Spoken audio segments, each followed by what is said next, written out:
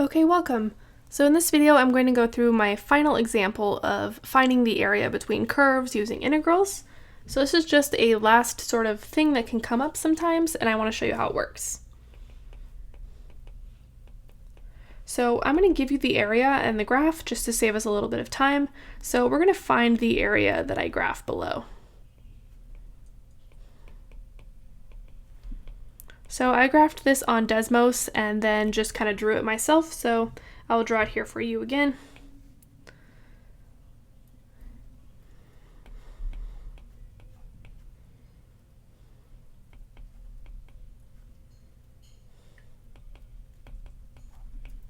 Excuse me while I graph it. You can kind of follow along if you want. We're going to have two parts, and it's sort of over here in this negative part of the graph.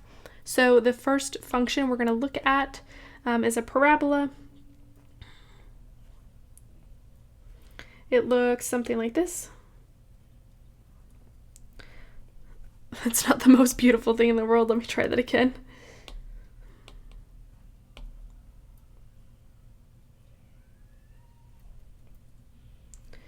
Okay, so the equation for this is y equals 1/4 2x plus 2 squared. So that's just the way I am writing this one. And then the other function we're going to look at is actually an exponential. And so it's going to intersect right here. And it looks something like this. And so this other function is y equals e to the x plus 2. Okay, and we are going to find the area between -4 and 1, this point where it intersects. So we're finding this area under here. Okay, so that area I just shaded in is the area we're going to find. And so we need to now set up integrals for this. So just looking at it, I'm noticing that I have one function above at the beginning, and then I have a different function above at the second part. So to show you this like more in depth, I'm going to duplicate this and let's look at it again.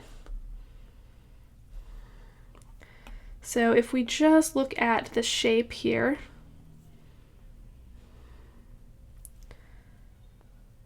I'm noticing that for the first portion, I have this exponential that's above. And so if we look at a little rectangle in there that we're finding, it's really just going from the horizontal axis up to that exponential. Then when we get to the second part of the graph, we have sort of like a new above function. So here now the quadratic is above. So it shifts as we go through that point of intersection. So at this point where they intersect, this to -2, 1, we are switching which function is on top and which one is on the bottom. Well, the bottom is always the horizontal, but the above function is changing. So we start with the exponential above, and now the quadratic is above as we go through that halfway point. So what we're going to need to do here is break this up into two integrals. So we need to break it up into two integrals to account for the above and below changing.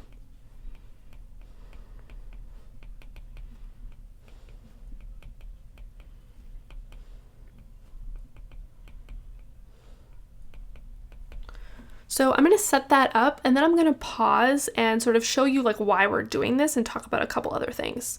So if we break this up into two integrals, this is actually just a problem that we've encountered before. This is just like finding the area under the curve. So really we're doing the first part of the graph, which goes from -4 to -2. And we're finding the area under the curve e to the x plus 2. I gave you that is what the formula was for that equation. And so we're just finding that area. Then we're going to add it to the second part of the area. So we'll add it to the area from -2 to -1. That's the second portion. And here, the above function is that quadratic.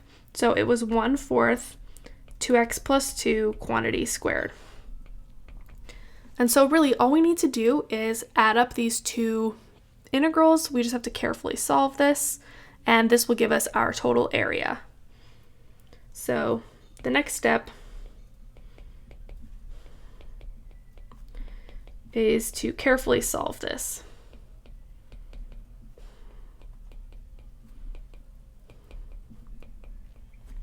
Okay, so what happened here was I gave you a problem that maybe looked like we were going to find an above and a below function since we had two functions, right? I gave you two functions, we had this area. You might think, okay, one's on the top, one's on the bottom. I do one minus the other one and integrate. But it's actually going to be much easier for us to split it up into two integrals.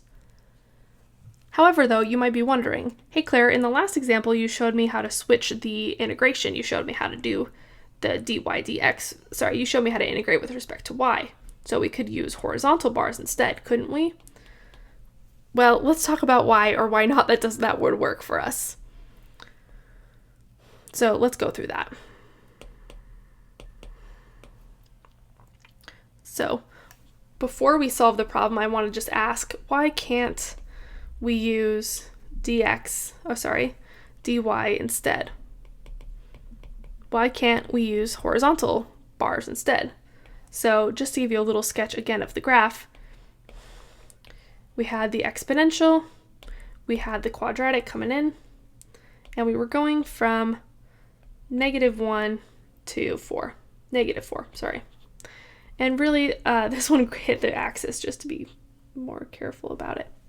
Okay, so you might be going, hey Claire, can't we put in horizontal rectangles? Why can't I just do the horizontal rectangles and then have one function be above and the other function be below?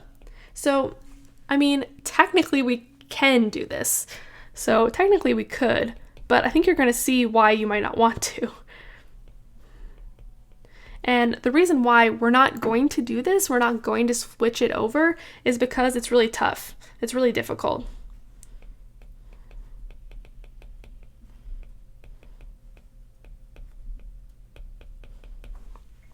So let me show you why it's difficult. So we had our two equations. They were y equals e to the x plus 2. And then we also had y equals 1/4 2x plus 2 quantity squared. So these are both in terms of x. They're like y equals something with x's. But in order to do the dy integration, we would need to get these as x equals. So we would need to solve, and so we would have x equals something. That's because we need a bunch of y's in our actual formula that we were going to then integrate. We need y as a variable, not x. These have x as the variable. So, okay, maybe that's not too bad, but it kind of actually is. So if we take these and try to solve them for x, so this first one, I need to get that x out of the exponent. I need to take a natural log of both sides. So the natural log and the exponential are inverses, so I'm just getting x plus 2 on the right hand, natural log of y, and then I could subtract 2. So I'd have x is equal to natural log of y minus 2. But this is actually pretty hard to integrate. We haven't talked too much about how to do antiderivatives with logs. I think this one, you either need to know the antiderivative for log, which usually involves like looking that up specifically, or you can actually use integration by parts, but we haven't done that yet at this point in the course. So at this point, this is really hard to integrate and actually impossible for us unless you use like a computer system to help us. And you'll find a similar thing for the other equation. So if we try to solve for x here, maybe you want to multiply the 4 over, and then maybe you want to take a square root. Sorry, I forgot my y. But when we take a square root, we have to account for both like the positive and the negative options. So I'm getting 2x plus 2, and then I would need to solve for x, but we'd have to deal with the square root of x. So this is also going to be annoying, I guess, because of the absolute value, because of the plus or minus.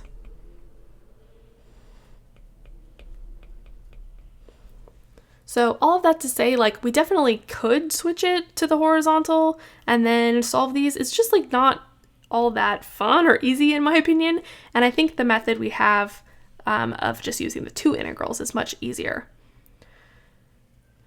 So part of, again, why that happens is if you look at the graph we had initially for the quadratic, you have to choose if you're using like the left side or the right side, and that's the plus or the minus. So anyway, this whole thing can just be a little complicated, and I think solving these two integrals added together is going to just be a lot easier for us.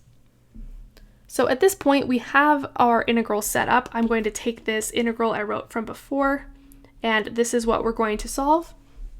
So similar to the other examples I have done, solving the integral just takes a little bit of work. This one's kind of interesting because we're going to need some u substitution, so you may want to stick around for that.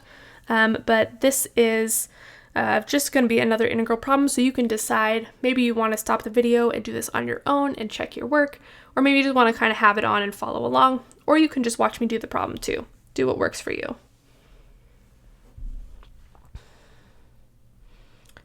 Okay, so we are going to solve this integral, and I lost it already. This keeps happening to me. So we're going to copy this, and I'm going to take the different parts and do them both.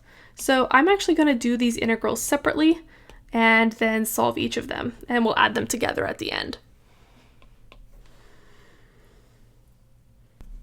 Okay, so let's do the e to the x plus 2 integral first.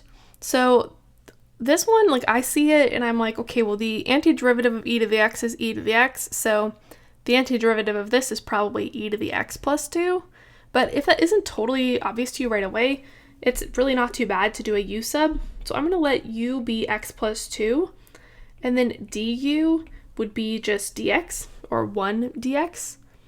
And then I can rewrite this integral using that substitution. So just remember your bounds are still x values here. I'm going to leave them as x values just because this is kind of a short one. And we have e to the u du.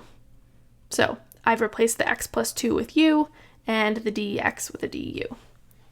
So now I know that the antiderivative of e to the u is just e to the u, and I'm evaluating from x equals -4 to x equals -2. And now I just replace u with x plus 2. So again, you might not really need the u substitution on that part. I just like doing it just in case it's helpful.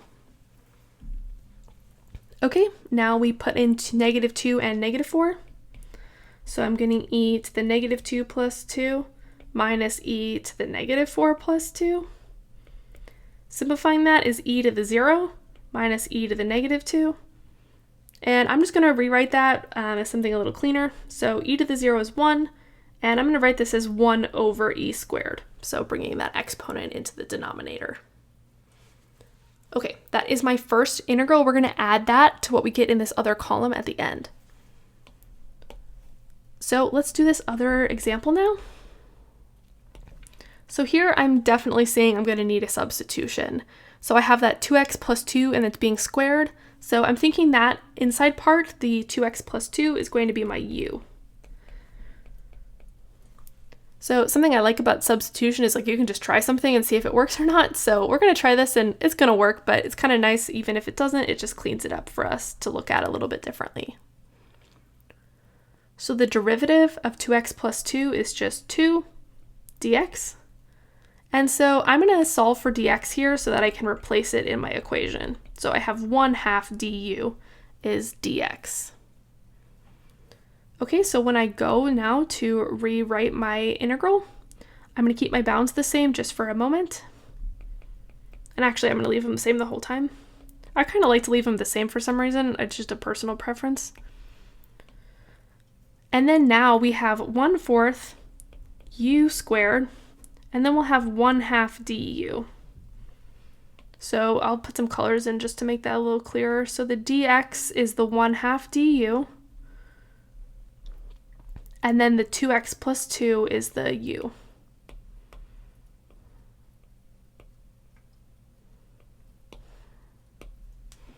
Okay. Now I can just clean this up and integrate. I'm gonna give myself a little more room here. So I have the integral from x equals -2 to x equals -1. 1/4 times 1/2 is 1/8. And then I have u squared du. And let's put this over here. Sorry, this isn't my most neat work of my life. Okay, so we're going to integrate u squared. So it's 1/3 u cubed. And we're evaluating that from x equals -2 to x equals -1. And I sort of factored out my 1/8 here since that wasn't part of the rest of it. You could have taken another step in between if you wanted and sort of factored it out. That's kind of what I did in my head, I guess.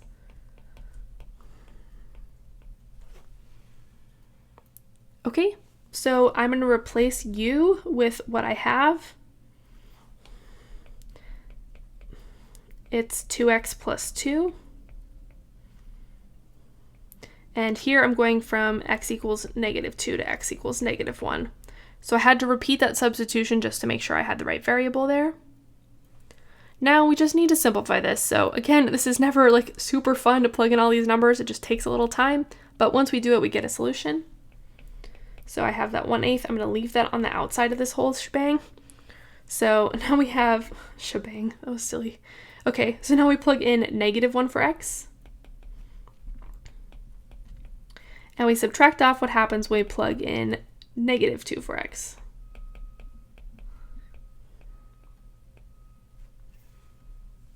Okay, so on this first part, I have 2 times -1. That's -2 plus 2, so that's 0. And then on this other part, I'm going to have -4 plus 2, so I'm getting a -2.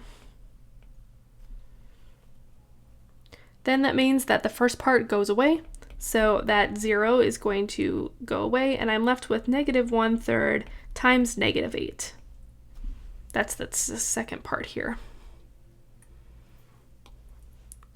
Okay. So that's really 1/8 times 8/3. Those negatives cancel, and that's just 1/3. So after all of that work, I'm getting that my second integral is 1/3. So I have 1/3 and this 1 minus e squared as my two answers. So to finish up, we're going to add the results.